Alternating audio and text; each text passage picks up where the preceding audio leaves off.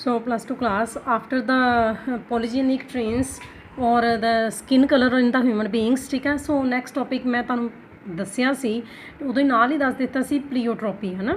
ਸੋ ਜਿਸ ਤਰੀਕੇ ਦੇ ਨਾਲ ਅਸੀਂ ਮਲਟੀਪਲ ਅਲੀਲਸ ਦੀ ਗੱਲ ਕੀਤੀ ਸੀ, ਇਸੇ ਤਰੀਕੇ ਦੇ ਨਾਲ ਪਲੀਓਟ੍ਰੋਪੀ ਇੱਕ ਜੀਨ ਦੇ ਬਹੁਤ ਸਾਰੇ ਇਫੈਕਟਸ, ਹੈ ਨਾ, ਦਾ ਮਲਟੀਪਲ ਇਫੈਕਟਸ ਆਫ ਜੀਨ, ਉਹਨੂੰ ਪਲੀਓਟ੍ਰੋਪੀ ਕਹਿੰਦੇ ਆ।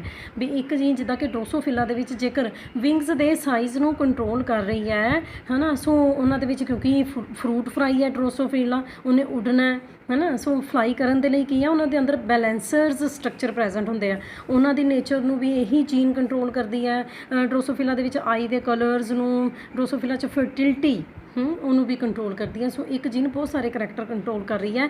ਸੋ this phenomena is known as pleiotropy. Okay, now the lethal genes. Lethal word ਦਾ ਮਤਲਬ ਕੀ ਹੁੰਦਾ? ਲੀਥਲ ਦਾ ਮਤਲਬ ਜਾਨਲੇਵਾ, ਹੈ ਨਾ। ਅਸੀਂ ਕਹਿੰਦੇ ਕਿ ਬਿਮਾਰੀ ਜਿਹੜੀ ਹੈਗੀ ਹੈ ਲੀਥਲ ਹੈ। ਇਸੇ ਤਰੀਕੇ ਦੇ ਨਾਲ ਜੀਨਸ ਇੰਡੀਵਿਜੂਅਲ ਦੇ ਅੰਦਰ ਇੱਦਾਂ ਦੀਆਂ ਪ੍ਰੈਜ਼ੈਂਟ ਹੈਗੀਆਂ ਨੇ ਜਿਨ੍ਹਾਂ ਦੇ ਅੰਦਰ ਜੇਕਰ ਮਿਊਟੇਸ਼ਨਸ ਹੋਈਆਂ, ਚੇਂਜਿਸ ਹੋਈਆਂ, ਉਹ ਇੰਡੀਵਿਜੂਅਲ ਨੂੰ ਇੰਨਾ ਜ਼ਿਆਦਾ ਇਫੈਕਟ ਕਰਦੇ ਨੇ ਕਿ ਇੰਡੀਵਿਜੂਅਲ ਦੀ ਡੈਥ ਹੋ ਜਾਏਗੀ। ਸੋ ਅਸੀਂ ਇਹ ਡੈਫੀਨੇਸ਼ਨ ਕਹਿ ਸਕਦੇ ਹਾਂ ਦ ਜੀਨਸ ਵਿਦ ਵਾਇਆਬਿਲਟੀ ਅਫੈਕਟਿੰਗ ਮਿਊਟੇਸ਼ਨਸ, ਹੈ ਨਾ, ਜਿਹੜੀਆਂ ਉਹ ਜੀਨਸ, ਠੀਕ ਹੈ, ਜਿਹੜੇ ਕਿ ਔਰਗੈਨਿਜ਼ਮਸ ਦੀ ਵਾਇਆਬਿਲਟੀ ਨੂੰ ਬਹੁਤ ਜ਼ਿਆਦਾ ਇਫੈਕਟ ਕਰਦੀਆਂ, ਉਹਨਾਂ ਦੇ ਅੰਦਰ ਚੇਂਜਿਸ ਲੈ ਕੇ ਆਉਂਦੀਆਂ। ਇੰਡੀਵਿਜੂਅਲ ਜਿਹੜਾ ਹੈਗਾ ਜੀਂਦਾ ਨਹੀਂ ਬਚੇਗਾ, ਹੈ ਨਾ। ਸੋ ਇਫੈਕਟ ਨੂੰ ਅਸੀਂ ਕੀ ਕਹਾਂਗੇ? ਲੈਥੈਲਿਟੀ। ਇੱਦਾਂ ਦੀਆਂ ਜੀਨਸ ਨੂੰ ਅਸੀਂ ਕੀ ਕਹਾਂਗੇ? ਲੀਥਲ ਜੀਨਸ, ਠੀਕ ਹੈ। ਅਤੇ ਇਫੈਕਟ ਨੂੰ ਕੀ ਕਹਾਂਗੇ? ਲੈਥੈਲਿਟੀ। ਓਕੇ, ਸੋ ਇਹ ਦੋ ਤਰ੍ਹਾਂ ਦੀਆਂ ਹੋ ਸਕਦੀਆਂ, ਰਿਸੈਸਿਵ ਲੀਥਲ ਅਲੀਲਸ ਅਤੇ ਡੋਮੀਨੈਂਟ ਲੀਥਲ ਅਲੀਲਸ, ਹੈ ਨਾ। ਸੋ ਐਜ਼ ਦਾ ਨੇਮ ਇੰਡੀਕੇਟ, ਇਹਦੇ 'ਚ ਜਿਹੜੀ ਰਿਸੈਸਿਵ ਅਲੀਲ ਹੋਏਗੀ ਉਹ ਲੀਥਲ ਹੋਏਗੀ, ਉਹ ਖਤਰਨਾਕ ਹੋਏਗੀ, ਡੇਂਜਰਸ ਹੋਏਗੀ, ਹੈ ਨਾ। ਸੋ ਇਹਦਾ ਮਤਲਬ ਕਿ ਡੋਮੀਨੈਂਟ ਜੀਨ ਤਾਂ ਠੀਕ ਹੈਗੀ ਹੈ ਨਾ, ਡੋਮੀਨੈਂਟ ਅਲੀਲ ਤਾਂ ਠੀਕ ਹੈਗੀ ਹੈ ਨਾ, ਉਹ ਆਪਣਾ ਇਫੈਕਟ ਦੇ ਦੇਗੀ। ਪਰ ਜੇਕਰ ਡੋਮੀਨੈਂਟ ਅਲੀਲ ਜਿਹੜੀ ਹੈਗੀ ਆ ਉਹ ਲੀਥਲ ਹੋ ਗਈ ਨਾ, ਠੀਕ ਹੈ, ਅਤੇ ਫਿਰ ਇੰਡੀਵਿਜੂਅਲ ਜਿਹੜਾ ਹੈਗਾ ਨੋਰਮਲ ਫੀਨੋਟਾਈਪ ਪ੍ਰੋਡਿਊਸ ਨਹੀਂ ਕਰ ਪਾਏਗਾ, ਕਿਉਂਕਿ ਤੁਹਾਨੂੰ ਪਤਾ ਡੋਮੀਨੇਟਿੰਗ ਅਲੀਲ ਹੀ ਤਾਂ ਆਪਣਾ ਇਫੈਕਟ ਜ਼ਿਆਦਾ ਦਿੰਦੀ ਹੈ। ਜੇਕਰ ਇਹੀ ਲੀਥਲ ਹੋ ਗਈ, ਠੀਕ ਹੈ ਨਾ, ਤਾਂ ਫਿਰ ਇੰਡੀਵਿਜੂਅਲ ਦੇ ਅੰਦਰ ਨੋਰਮਲ ਫੀਨੋਟਾਈਪ ਪ੍ਰੋਡਿਊਸ ਨਹੀਂ ਹੋਣਾ, ਠੀਕ ਹੈ ਜੀ। ਨਾਓ ਦਾ ਨੈਕਸਟ ਵੈਰੀ ਇੰਪੋਰਟੈਂਟ ਟੌਪਿਕ ਜੋ ਆ ਗਿਆ, ਇਹਦੇ ਵਿੱਚੋਂ ਕੁਐਸਚਨ ਆਣੇ ਹੀ ਆਣੇ ਹੈ, ਲਿੰਕੇਜ, ਠੀਕ ਹੈ। ਸੋ ਤੁਹਾਨੂੰ ਜੀਨਸ ਦੇ ਬਾਰੇ 'ਚ ਪੜ੍ਹਾਇਆ, ਤੁਹਾਨੂੰ ਕ੍ਰੋਮੋਜ਼ੋਮਸ ਦੇ ਬਾਰੇ ਵਿੱਚ ਪੜ੍ਹਾਇਆ। So it is the tendency of the genes present in the same chromosome to stay together in the hereditary transmission is called linkage. Chromosome ਦੇ ਉੱਤੇ, ਸੇਮ ਕ੍ਰੋਮੋਜ਼ੋਮ ਦੇ ਉੱਤੇ ਜੀਨਸ ਪ੍ਰੈਜ਼ੈਂਟ ਹੈਗੀਆਂ, ਇੱਕ ਦੂਸਰੇ ਤੋਂ ਸੈਪਰੇਟ ਨਹੀਂ ਹੁੰਦੀਆਂ, ਟਰਾਂਸਮਿਟ ਨਹੀਂ ਹੁੰਦੀ, ਜਦੋਂ ਟਰਾਂਸਮਿਸ਼ਨ ਹੁੰਦਾ ਸੈਪਰੇਟ ਨਹੀਂ ਹੁੰਦੀਆਂ, ਉਸ ਪ੍ਰੋਸੈਸ ਨੂੰ ਕੀ ਕਹਿੰਦੇ ਆ? ਲਿੰਕੇਜ ਕਹਿੰਦੇ ਆ, ਠੀਕ ਹੈ। ਸੋ ਇਸ ਕਰਕੇ ਜੀਨਸ ਦੋ ਤਰ੍ਹਾਂ ਦੀਆਂ ਹੋ ਸਕਦੀਆਂ, ਲਿੰਕਡ ਜੀਨਸ ਅਤੇ ਅਨਲਿੰਕਡ ਜੀਨਸ, ਹੈ ਨਾ। ਸੋ ਨੈਚੁਰਲੀ ਨੇਮ ਤੋਂ ਪਤਾ ਲੱਗਦਾ ਪਿਆ ਲਿੰਕਡ ਜੀਨਸ, ਜਿੱਦਾਂ ਕਿ ਲਿੰਕੇਜ ਦੀ ਡੈਫੀਨੇਸ਼ਨ ਆਈ ਹੈ। Linked genes means they are present in the same chromosome. ਜਿਹੜੀਆਂ ਜੀਨ ਸੇਮ ਕ੍ਰੋਮੋਜ਼ੋਮ 'ਤੇ ਪ੍ਰੈਜ਼ੈਂਟ ਹੋਣ ਉਹਨੂੰ ਅਸੀਂ ਲਿੰਕਡ ਕਹਿੰਦੇ ਹਾਂ। ਜਿਹੜੀਆਂ ਡਿਫਰੈਂਟ ਕ੍ਰੋਮੋਜ਼ੋਮਸ ਦੇ ਉੱਤੇ ਪ੍ਰੈਜ਼ੈਂਟ ਹੋਣ ਅਸੀਂ ਉਹਨਾਂ ਨੂੰ ਕੀ ਕਹਿੰਦੇ ਹਾਂ? ਅਨਲਿੰਕਡ ਜੀਨਸ ਕਹਿੰਦੇ ਹਾਂ। ਇਹਦਾ ਮਤਲਬ ਕਿ ਉਹਨਾਂ ਦਾ ਆਪਸ ਦੇ ਵਿੱਚ ਕੋਈ ਲਿੰਕ ਨਹੀਂ ਹੈ। ਜਦੋਂ ਮੈਂ ਤੁਹਾਨੂੰ ਇਹ ਰਿਲੇਸ਼ਨ ਦਿਖਾਊਂਗੀ ਨਾ ਲਿੰਕਡ ਜੀਨਸ ਦਾ ਅਤੇ ਅਨਲਿੰਕਡ ਜੀਨਸ ਦਾ, ਦੇਖੋ ਤੁਹਾਡੇ ਲਈ ਮੈਂ ਤਾਂ ਹੀ ਪੈਰਲਲ ਬਣਾਇਆ ਕਿ ਤੁਹਾਨੂੰ ਆਸਾਨੀ ਨਾਲ ਸਮਝ ਆ ਜਾਏ। ਹੁਣ ਤੁਸੀਂ ਇੱਥੇ ਹੈਰਾਨ ਹੋਵੋਗੇ, ਦੇਖੋ ਹੈ ਇਹ ਲਿੰਕਡ ਜੀਨਸ ਹੈ, ਪਰ ਅਸੀਂ ਇੱਥੇ ਓਬਲੀਕ ਪਾ ਕੇ ਸ਼ੋਅ ਕੀਤੇ ਆ ਪੇਰੈਂਟਸ ਦੇ ਜੀਨੋਟਾਈਪਸ, ਹੈ ਨਾ। ਜਦ ਕਿ ਜਿਹੜੀਆਂ ਅਨਲਿੰਕਡ ਜੀਨਸ ਹੈਗੀਆਂ ਨੇ ਉਹਨਾਂ ਦੇ ਵਿੱਚ ਅਸੀਂ ਇਕੱਠਾ ਲਿਖਿਆ ਹੈਗਾ ਜੀਨਸ ਨੂੰ, ਡੋਮੀਨੈਂਟ ਨੂੰ ਵੀ ਅਤੇ ਰਿਸੈਸਿਵ ਨੂੰ ਵੀ, ਦੇਖਿਓ ਹੁਣ ਤੁਸੀਂ, ਹੈ ਨਾ। ਸੋ ਬੱਚੇ ਪਹਿਲਾਂ ਹੀ ਮੈਂ ਦੱਸ ਦਿੰਦੀ ਹਾਂ ਵੀ ਜੇਕਰ ਜੀਨਸ ਲਿੰਕਡ ਹੋਣਗੀਆਂ, ਇੱਕ ਦੂਜੇ ਦੇ ਨਾਲ ਲਿੰਕਡ ਰਹਿਣਗੀਆਂ, ਇਹਦਾ ਮਤਲਬ ਕਿ ਜਦੋਂ ਅਸੀਂ ਐਂਡ ਦੇ ਵਿੱਚ F2 ਰੇਸ਼ੋ ਦੇਖਾਂਗੇ ਨਾ, ਅਤੇ ਉਹਦੇ 'ਚ ਕੋਈ ਵੀ ਨਵਾਂ ਕੰਬੀਨੇਸ਼ਨ ਨਹੀਂ ਬਣੇਗਾ, ਉੱਥੋਂ ਪਤਾ ਲੱਗੇਗਾ ਕਿ ਜੀਨਸ ਲਿੰਕਡ ਹੈ। ਜਦ ਕਿ ਅਨਲਿੰਕਡ ਜੀਨਸ ਦੇ ਕੇਸ ਦੇ ਵਿੱਚ ਕੀ ਹੈ ਕਿ ਜੋ ਤੁਸੀਂ ਪੇਰੈਂਟਸ ਲਏ ਸੀ ਉਹਦੇ ਤੋਂ ਇਲਾਵਾ ਵੀ ਜੀਨੋਟਾਈਪ ਪ੍ਰੋਡਿਊਸ ਹੋਣਗੇ। ਇਹਦਾ ਮਤਲਬ ਹੋਰ ਨਵੇਂ ਪੇਰੈਂਟਸ ਤੋਂ ਇਲਾਵਾ ਨਵੇਂ ਕੰਬੀਨੇਸ਼ਨ ਵੀ ਬਣੇ ਹੈ। ਇਹਦਾ ਮਤਲਬ ਜੀਨਸ ਅਨਲਿੰਕਡ ਹੈਗੀਆਂ। ਤਾਂ ਦੇਖੋ ਬਸ ਸਿੱਧੀ ਜਿਹੀ ਗੱਲ ਹੈ, ਯਾਦ ਰੱਖਣ ਦਾ ਤਰੀਕਾ, ਲਿੰਕਡ ਦੇ ਕੇਸ ਦੇ ਵਿੱਚ ਓਬਲੀਕ ਪਾ ਕੇ ਲਿਖਣਾ ਹੈਗਾ ਜੀਨਸ ਨੂੰ, ਅਨਲਿੰਕਡ ਦੇ ਵਿੱਚ ਇਕੱਠਾ ਲਿਖਣਾ ਜਿੱਦਾਂ ਅਸੀਂ ਪਹਿਲਾਂ ਲਿਖਦੇ ਹੁੰਦੇ ਸੀ। ਇੱਦਾਂ ਦਾ ਕਦੀ ਨਹੀਂ ਨਾ ਲਿਖਿਆ ਅੱਜ ਤੱਕ, ਇਹ ਸਿਰਫ ਲਿੰਕਡ ਜੀਨਸ ਦੇ ਕੇਸ 'ਚ ਲਿਖਣਾ। ਮੈਂ ਤੁਹਾਨੂੰ ਦੱਸਿਆ ਸੀ ਕਿ 2-4 ਕੇਸ ਇੱਦਾਂ ਦੇ ਆ ਜਿਹਦੇ ਵਿੱਚ ਤੁਹਾਨੂੰ ਇਹ ਯਾਦ ਰੱਖਣਾ ਪੈਣਾ ਕਿ ਵੀ ਜੀਨਸ ਕਿੱਦਾਂ ਲੈਣੀਆਂ। ਓਕੇ, ਸੋ ਲਿੰਕਡ ਜੀਨਸ ਦੇ ਕੇਸ ਦੇ ਵਿੱਚ capital A capital B, oblique capital A capital B ਲੈਣੇ ਤਾਂ ਹੈ ਹੀ ਹੈ। 4 ਜੀਨਸ ਤਾਂ ਲਈਆਂ ਪਰ ਓਬਲੀਕ ਪਾ ਕੇ ਲਈਆਂ। ਇਸੇ ਤਰੀਕੇ ਨਾਲ small a small b oblique small a small b, ਗੈਮੀਟਸ ਬਣ ਗਏ, ਉਹ ਵੀ ਗੈਮੀਟਸ ਬਣਨੇ ਆ 2A ਅਤੇ 2A, ਹੈ ਨਾ। F1 ਜਨਰੇਸ਼ਨ 'ਚ ਇਹਨੂੰ ਇਹਦੇ ਨਾਲ ਕ੍ਰੋਸ ਕਰਵਾਇਆ ठीक है ओब्लीक पा के ये आ गया, इनू ਇਹਦੇ ਨਾਲ क्रॉस करवाया, बदल थोड़ी जाना, ये इन्ना चैप्टर करवा दिता, सब यही रहना है। ओके ਹੁਣ ਕੀ ਕਰਵਾਣੀ ਹੈ, F1 ਜਨਰੇਸ਼ਨ ਦੀ ਟੈਸਟ ਕ੍ਰੋਸ ਕਰਵਾਣੀ ਹੈ। ਠੀਕ ਹੈ ਜੀ। ਸੋ ਟੈਸਟ ਕ੍ਰੋਸ ਦੇ ਵਿੱਚ ਤੁਹਾਨੂੰ ਪਤਾ ਹੀ ਹੈ ਅਸੀਂ ਕੀ ਲੈਂਦੇ ਹੁੰਦੇ ਸੀ, ਰਿਸੈਸਿਵ ਪੇਰੈਂਟਸ। ਠੀਕ ਹੈ ਜੀ। ਪਲੱਸ F1 ਜਨਰੇਸ਼ਨ ਦੇ ਹਾਈਬ੍ਰਿਡ ਹੈ ਨਾ, capital A capital B oblique small A small B hybrid ही है ना, प्लस F1 जनरेशन के टैसट क्रॉस च की लैना होंगे, रिसैसिव पेरेंट्स। गैमीट्स बना लीए, 2 सेम A 2 सेम A यही होंगे गैमीट्स। ठीक है जी। क्रॉस करवा लीए आपस च, पहला इनू एदे नाल, ठीक है, फिर इनू एदे नाल, ओके, फिर स्मॉल A स्मॉल B नाल, ठीक है, ओब्लीक तो पाना ही है। फिर स्मॉल ए नू स्मॉल ए इस ए बी दे नाल, ठीक है, ओब्लीक पाता। देखिया ये दोनों सेम 2, ये दोनों सेम है ना, ठीक है। 2 नू 2 नाल कट कर दिता। टैसट क्रॉस रेशो कितनी आई है, 1:1 आई है, कुछ भी नवा प्रोड्यूस नहीं होया। इत्थों ये शो होंदा पिया कि ये जड़ियाँ A B oblique A B genes सीगियां ना, ये लिंकड है, ये भी एक दूसरे नाल लिंकड है। अनलिंकड जीन्स के केस दे विच की होना, वही capital A capital B small A small B okay. Gametes बना ले है ना, ए दे नाल B आना, ए दे नाल B आना, 2 गैमीट्स कैपिटल लैटर वाले, 2 गैमीट्स स्मॉल लैटर वाले है ना जी। F1 जनरेशन च हाइब्रिड आ गए, हाइब्रिड चारे आ गए। ठीक है। कैपिटल A भी स्मॉल A भी, कैपिटल B भी स्मॉल B भी, कैपिटल A भी स्मॉल A भी, capital B small B okay. Test cross F1 generation की टैसट क्रॉस, तो टैसट क्रॉस दे विच रिसैसिव पेरेंट्स ओके। गैमीट्स बन गए, 4 तरह के गैमीट्स इत्थों बनने हैं है ना। ये हुण तुहानूं आने चाहिए गैमीट्स बनने, क्योंकि तुसीं मैनूं अज तक नहीं कभी पूछया कि मैडम ये किस तरह आया जां किदां नहीं। इहदा मतलब तुहानूं हर चीज़ समझ आती है, मैं बार बार हर वीडियो च ये गल कहंदी हाँ। ठीक है। सो तुसीं आंदे होणगे, तुहानूं गैमीट्स हुण बनाने आ गए होणगे है ना जी।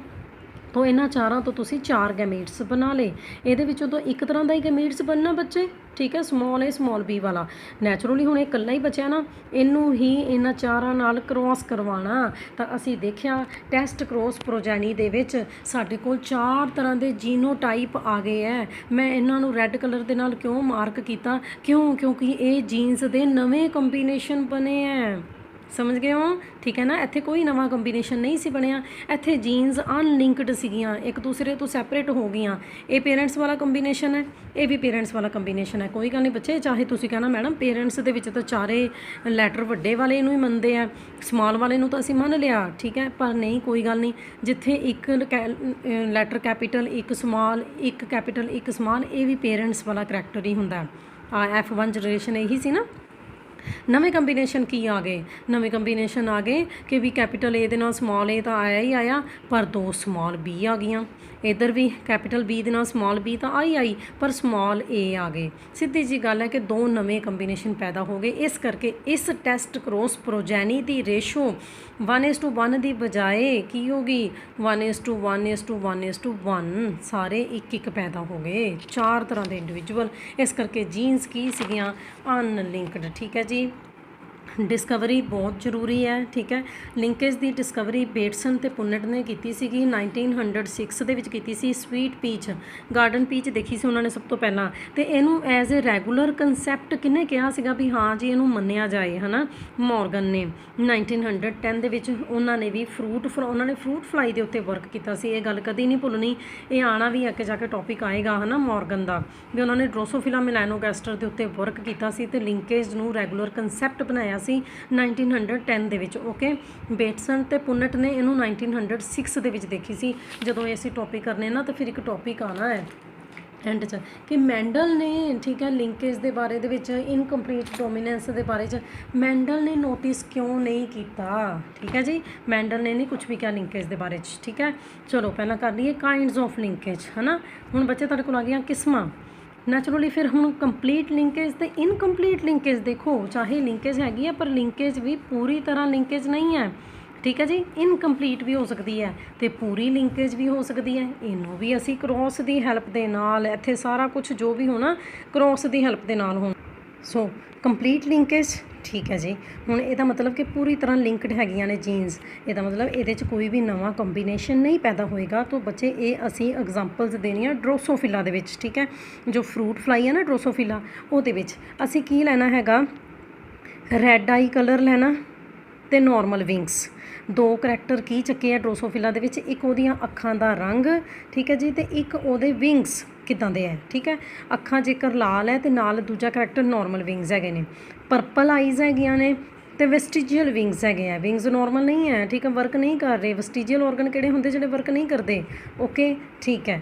ਹੁਣ ਰੈੱਡ ਆਈ ਅਤੇ ਨੋਰਮਲ ਵਿੰਗਸ ਦੇ ਲਈ ਕਿਹੜੀਆਂ ਜੀਨਸ ਲੈਣੀਆਂ ਹੈਗੀਆਂ ਨੇ, capital R capital W, capital R capital W. ਹੁਣ ਠੀਕ ਹੈ, ਸੋ ਜਿੱਦਾਂ ਅਸੀਂ ਲਿੰਕਡ ਜੀਨਸ ਦੇ ਵਿੱਚ ਓਬਲੀਕ ਪਾ ਕੇ ਲਿਆ ਸੀ ਨਾ, ਇੱਦਾਂ ਹੀ ਅਸੀਂ ਕੰਪਲੀਟ 'ਚ ਵੀ ਲੈਣਾ ਸਿੰਪਲ। ਕਿਉਂਕਿ ਉੱਥੇ ਵੀ ਇੱਕ ਨਵੇਂ ਕੰਬੀਨੇਸ਼ਨ ਨਹੀਂ ਸੀ ਬਣੇ, ਕਿਉਂਕਿ ਇੱਥੇ ਵੀ ਨਹੀਂ ਬਣਨੇ ਆ, ਓਕੇ। ਅੱਛਾ ਜੀ, ਪਰਪਲ ਬਾਰੇ ਵਾਸਤੇ ਨੈਚੁਰਲੀ ਪਤਾ ਤੁਹਾਨੂੰ ਹੈ ਨਾ, small R small W oblique ਪਾ ਕੇ ਸਮਾਲ ਆਰ ਸਮਾਲ ਡਬਲਯੂ ਕੇ ਮੀਟਸ ਬਣ ਗਏ, ਇਹ ਬਣ ਗਏ ਤਾਂ ਇਹ ਵਾਲੇ ਵੀ ਬਣ ਗਏ, ਓਕੇ। F1 ਜਨਰੇਸ਼ਨ 'ਚ ਇਹਨੂੰ ਇਹਦੇ ਨਾਲ, ਇਹਨੂੰ ਇਹਦੇ ਨਾਲ ਸੇਮ, ਪਰ ਇਹਦਾ ਜੀਨੋਟਾਈਪ ਕੀ ਆਣਾ ਪਤਾ ਤੁਹਾਨੂੰ, ਇਹਦੇ 'ਚ ਕੈਪੀਟਲ ਆਰ ਵੀ ਹੈ, ਕੈਪੀਟਲ ਡਬਲਯੂ ਵੀ ਹੈ, ਓਕੇ। ਇਸ ਕਰਕੇ ਰੈੱਡ ਆਈ ਨੋਰਮਲ ਵਿੰਗਸ ਹੀ ਆਣਾ ਹੈ, ਜੀਨੋਟਾਈਪ ਆਹ ਵਾਲਾ ਆਣਾ, ਠੀਕ ਹੈ ਜੀ, ਕਿਉਂਕਿ ਕੈਪੀਟਲ ਆਰ ਵੀ ਹੈ, ਕੈਪੀਟਲ ਡਬਲਯੂ ਵੀ ਹੈ, ਓਕੇ। ਟੈਸਟ ਕਰੋਸ ਕਰਵਾ ਦਈਏ ਤੁਸੀਂ ਇਹਦੇ ਵਿੱਚ, ਇਹ ਦੇਖੋ ਕਿ ਤਾਂ ਹੀ ਤਾਂ ਇੱਥੋਂ ਵੀ ਤੁਹਾਨੂੰ ਸਿਗਨੀਫਿਕੈਂਸ ਪਤਾ ਲੱਗੇਗਾ ਟੈਸਟ ਕਰੋਸ ਦਾ ਕਿੰਨਾ ਇੰਪੋਰਟੈਂਸ ਹੈ।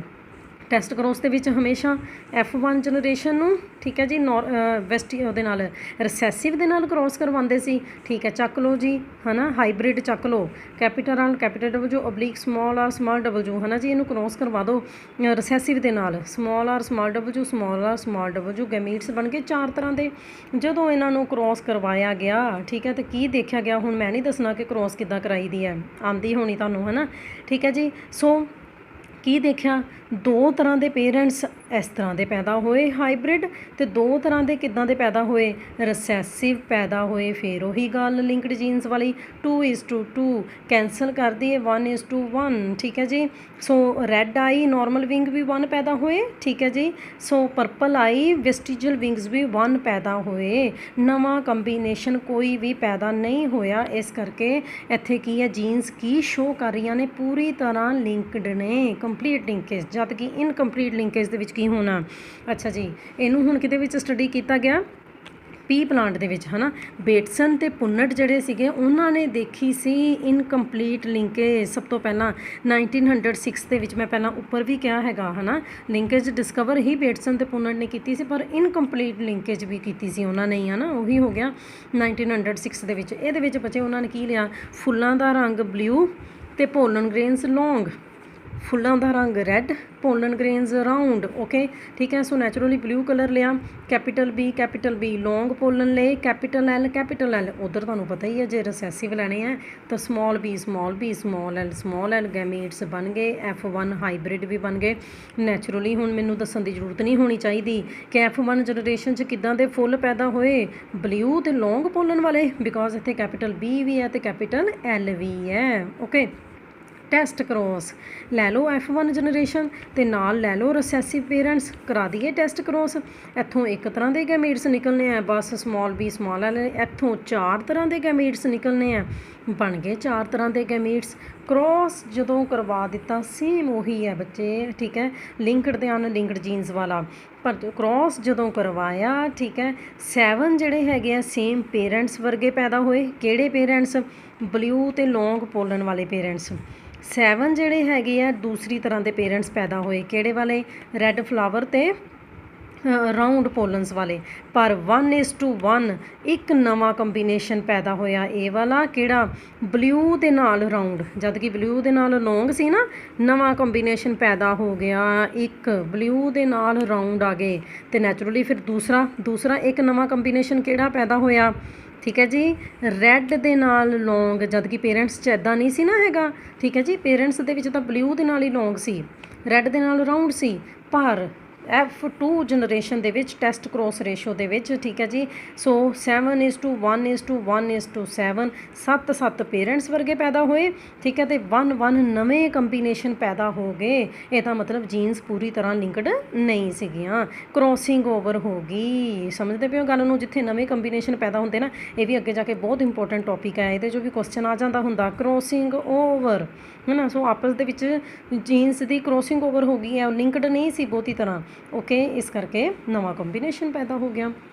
ਨਾਓ ਵੈਰੀ ਇੰਪੋਰਟੈਂਟ, ਲਿੰਕੇਜ ਗਰੁੱਪਸ ਕੀ ਹੁੰਦੇ ਹੈ ਬੱਚੇ? ਲਿੰਕੇਜ ਗਰੁੱਪਸ ਅਸੀਂ ਜੇਕਰ ਉਹਦਾ ਡੈਫੀਨੇਸ਼ਨ ਲਿਖਣੀ ਨਾ, ਤਾਂ ਅਸੀਂ ਕੀ ਕਹਿਣਾ? ਆਲ ਦਾ ਜੀਨਸ ਇਨ ਏ ਪਰਟੀਕੂਲਰ ਕ੍ਰੋਮੋਜ਼ੋਮ। ਇੱਕ ਕ੍ਰੋਮੋਜ਼ੋਮ ਦੇ ਉੱਤੇ ਜਿੰਨੀਆਂ ਜੀਨਸ ਹੁੰਦੀਆਂ ਨਾ, ਉਹ ਲਿੰਕੇਜ ਗਰੁੱਪ ਬਣਾਉਂਦਾ।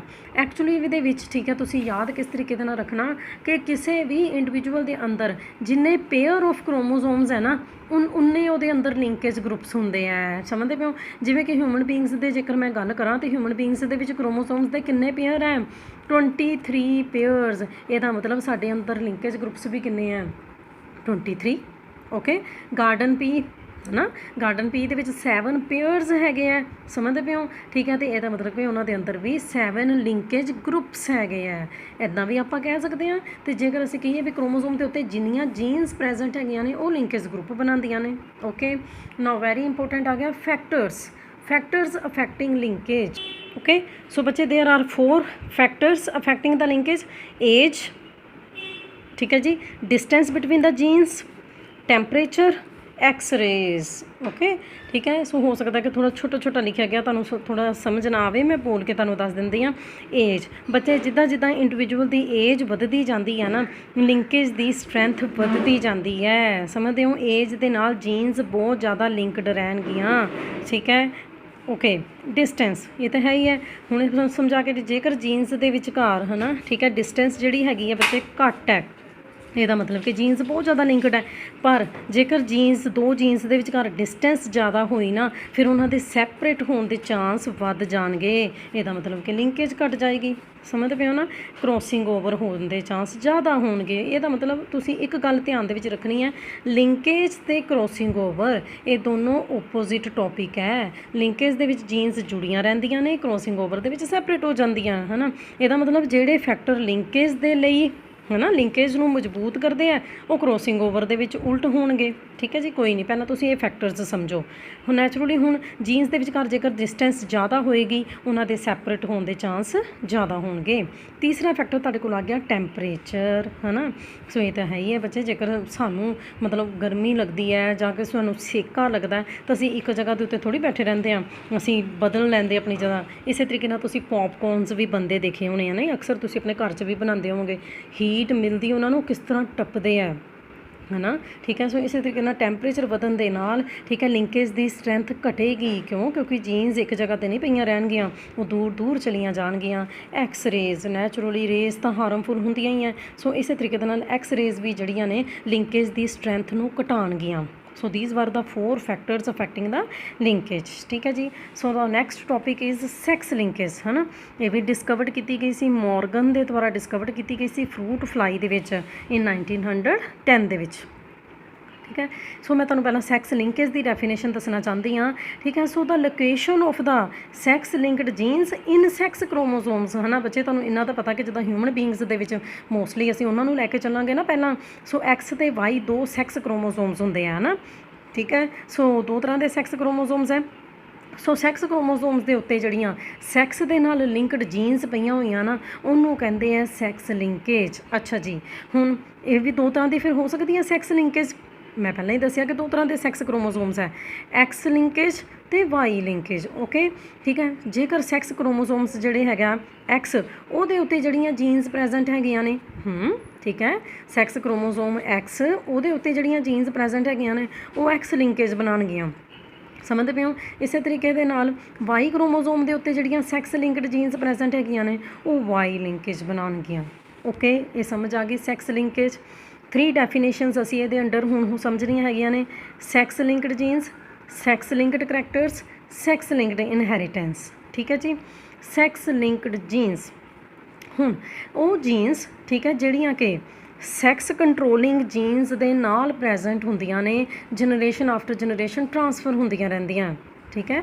ਇੱਕ ਕੀ ਹੈ ਬੱਚੇ, ਕ੍ਰੋਮੋਸੋਮਸ ਦੇ ਉੱਤੇ ਸੈਕਸ ਨੂੰ ਕੰਟਰੋਲ ਕਰਨ ਵਾਲੀਆਂ ਜੀਨਸ ਪਈਆਂ ਹੋਈਆਂ ਹੈ ਨਾ, ਠੀਕ ਹੈ। ਸੋ ਸੈਕਸ ਨੂੰ ਕੰਟਰੋਲ ਕਰਨ ਵਾਲੀਆਂ ਜੀਨਸ ਤੋਂ ਇਲਾਵਾ ਹੋਰ ਜਿਹੜੀਆਂ ਕੋਈ ਐਡੀਸ਼ਨਲ ਜੀਨਸ ਪਈਆਂ ਹੋਈਆਂ ਨੇ ਤੇ ਜਨਰੇਸ਼ਨ ਆਫਟਰ ਜਨਰੇਸ਼ਨ ਉਹ ਟਰਾਂਸਫਰ ਹੁੰਦੀਆਂ ਰਹਿੰਦੀਆਂ, ਉਹਨਾਂ ਨੂੰ ਕਹਿੰਦੇ ਆ ਸੈਕਸ ਲਿੰਕਡ ਜੀਨਸ।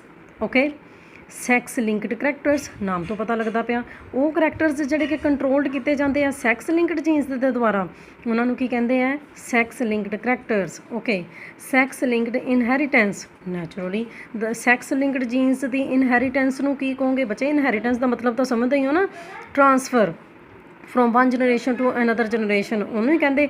ਸੋ ਜਦੋਂ ਸੈਕਸ ਲਿੰਕਡ ਜੀਨਸ ਟਰਾਂਸਫਰ ਹੋ ਰਹੀਆਂ ਨੇ from one generation to other generation, ਅਸੀਂ ਇਹਨੂੰ ਕੀ ਕਹਿੰਦੇ ਆ, ਸੈਕਸ ਲਿੰਕਡ ਇਨਹੈਰੀਟੈਂਸ। ਸਮਝ ਗਏ ਹੋ? ਥੋੜਾ ਡਿਫਰੈਂਸ ਹੈ ਹੁਣ ਨਾ, ਪਰ ਹੈ।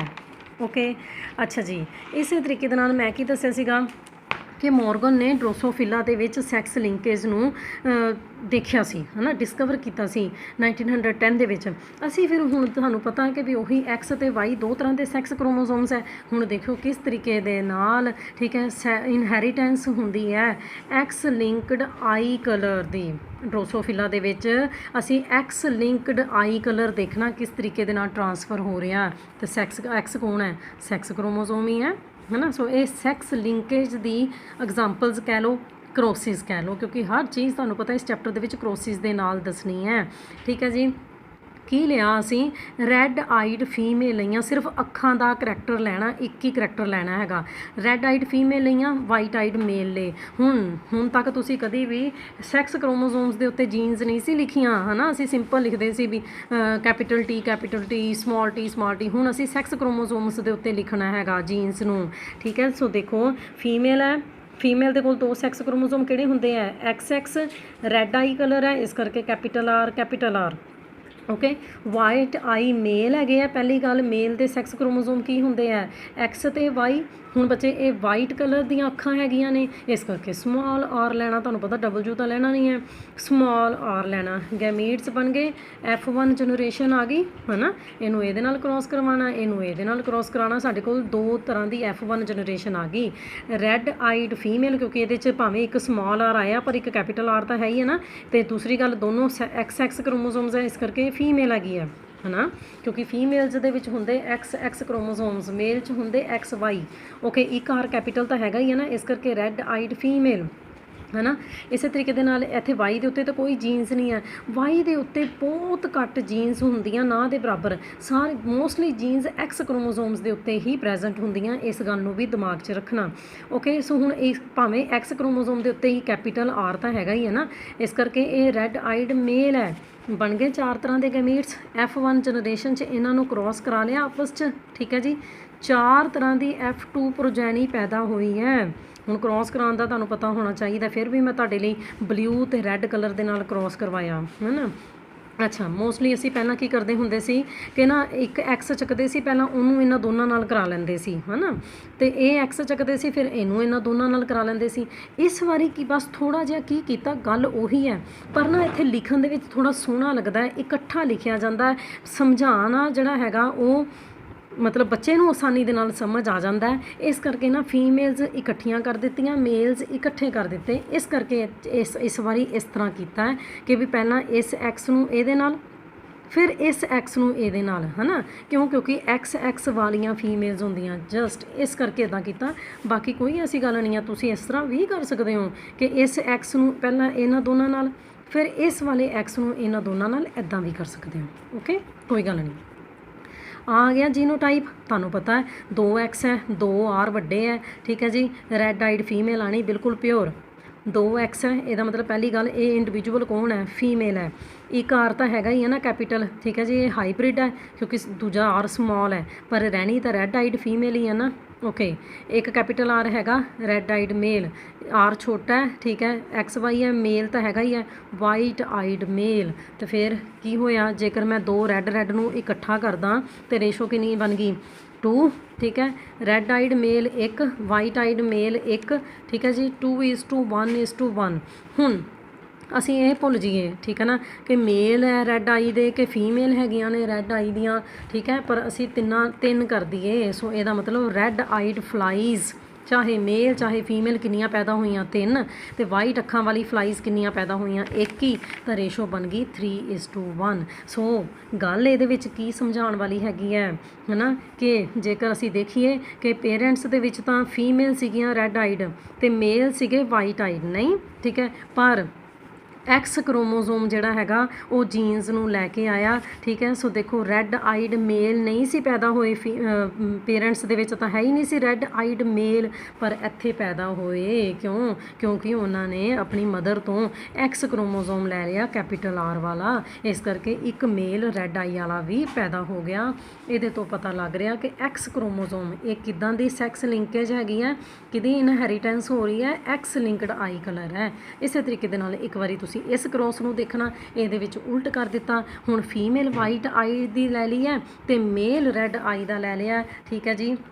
ਸੋ ਇਹਦੇ ਵਿੱਚ ਅਲੱਗ ਹੀ ਰੇਸ਼ੋ ਪੈਦਾ ਹੋਣੀ ਹੈ, ਠੀਕ ਹੈ। ਰੈੱਡ ਆਈਡ ਫੀਮੇਲ ਇਹ 'ਚ ਸਾਰੇ ਹੀ ਇੱਕ ਪੈਦਾ ਹੋਣੇ ਹੈ, ਚਾਰੇ ਤਰ੍ਹਾਂ ਦੇ ਇੰਡੀਵਿਜੂਅਲ ਪੈਦਾ ਹੋਣੇ ਹੈ, ਇੱਕ ਓਕੇ, ਠੀਕ ਹੈ। ਰੈੱਡ ਆਈਡ ਫੀਮੇਲ ਵੀ, ਵਾਈਟ ਆਈਡ ਫੀਮੇਲ ਵੀ, ਰੈੱਡ ਆਈਡ ਮੇਲ ਵੀ ਹੋਣਾ, ਵਾਈਟ ਆਈਡ ਮੇਲ ਵੀ ਹੋਣਾ। ਉਹੀ ਗੱਲ ਇੱਥੇ ਤਾਂ ਅਸੀਂ ਪੇਰੈਂਟਸ ਦੇ ਵਿੱਚ ਵਾਈਟ ਆਈਡ ਫੀਮੇਲ ਲਈ ਸੀ, ਪਰ ਆ ਗਈ ਨਾ, ਠੀਕ ਹੈ, ਲਾਸਟ ਦੇ ਵਿੱਚ ਰੈੱਡ ਆਈਡ ਫੀਮੇਲ ਵੀ ਆ ਗਈ। ਇਹਦਾ ਮਤਲਬ ਕਿ ਐਕਸ ਦੇ ਉੱਤੇ, ਠੀਕ ਹੈ, ਕੈਪੀਟਲ ਆਰ ਜਿਹੜਾ ਹੈਗਾ ਉਹ ਟਰਾਂਸਫਰ ਹੋ ਰਿਹਾ। So this is inheritance of X linked eye colour in Drosophila. So ਇੱਥੇ ਤੱਕ ਟੌਪਿਕਸ ਨੂੰ ਸਮਝਣਾ